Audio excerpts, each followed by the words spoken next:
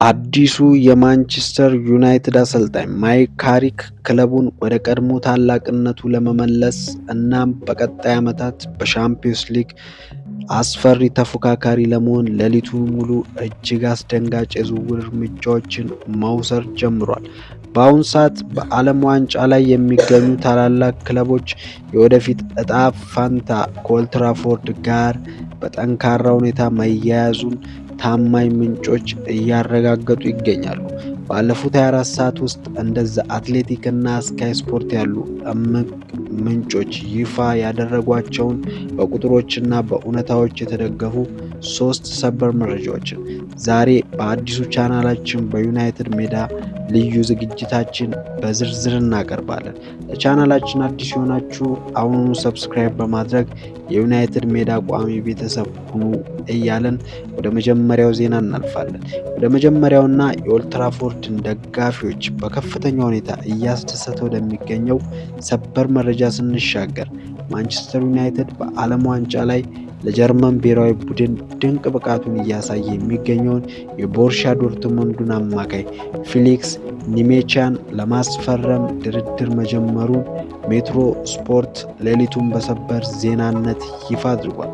የ25 ዓመቱ ኒሜቻ በዓለም ዋንጫ ላይ ጀርመን 7-1 በረታችበት ጨዋታ ላይ ጎል ያስቆጠረ ሲሆን ቡድኑን መርቶ ወደ ቀጣይ ምዕራፍ ለማሳለፍ ረገድ ድንቅ ብቃት አሳይቷል።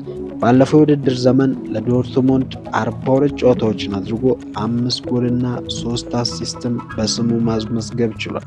ኒውካስትል ዩናይትድ ከተጫዋቹ ፉክክር ውጪ መውጣቱን ተከትሎ ማንቸስተር ዩናይትድ ለዶርትሙንድ በአጠቃላይ 100 ሚሊዮን የሚጠጋ የዝውውር ሂሳብ አቅርቧል።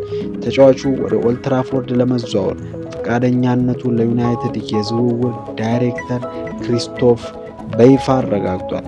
ወደ ሁለተኛው እውነተኛ መረጃ ስንሄድ ዩናይትድ በመሃል ሜዳ ላይ የካስሜሮን ስንብት ሙሉ በሙሉ ለመተካት ሲመኘው ለነበረው የዓለም ኮከብ ያልተጠበቀ ዕድል ተከፍቶለታል። ፉትቦል ትራንስፈር በዛሬው እትሙ እንዳረጋገጠው ሪያል ማድሪድ ፈረንሳዊውን አማካይ ኦሪሌን ቹዋሜኒን በዚህ የክረምት ዝውውር መስኮት ለመሸጥ ዝግጁ መሆኑን ለዩናይትድ ቦርድ ፍንጭ ሰጥቷል ነው የሚባለው። ሪያል ማድሪድ በቡድኑ ውስጥ አዳዲስ ተጫዋቾችን በስፋት እያስፈረመ በመሆኑ የፋይናንስ ሚዛኑን ለመጠበቅ ቹዋሜኒን ለመሸጥ እንደወሰነ ነው እየተነገረ የሚገኘው።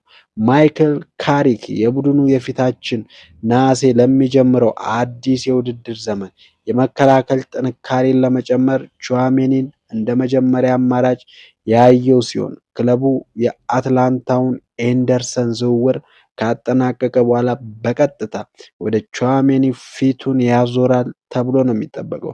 በመጨረሻም ለዓመታት የዩናይትድ ደጋፊዎች የፊት መስመራቸውን ይመራል ብለው ሲጠብቁት የነበረው የናይጄሪያው አጥቂ የቪክቶር ኦስሜን ዝውውር በይፋ ማክተሙ ታውቋል።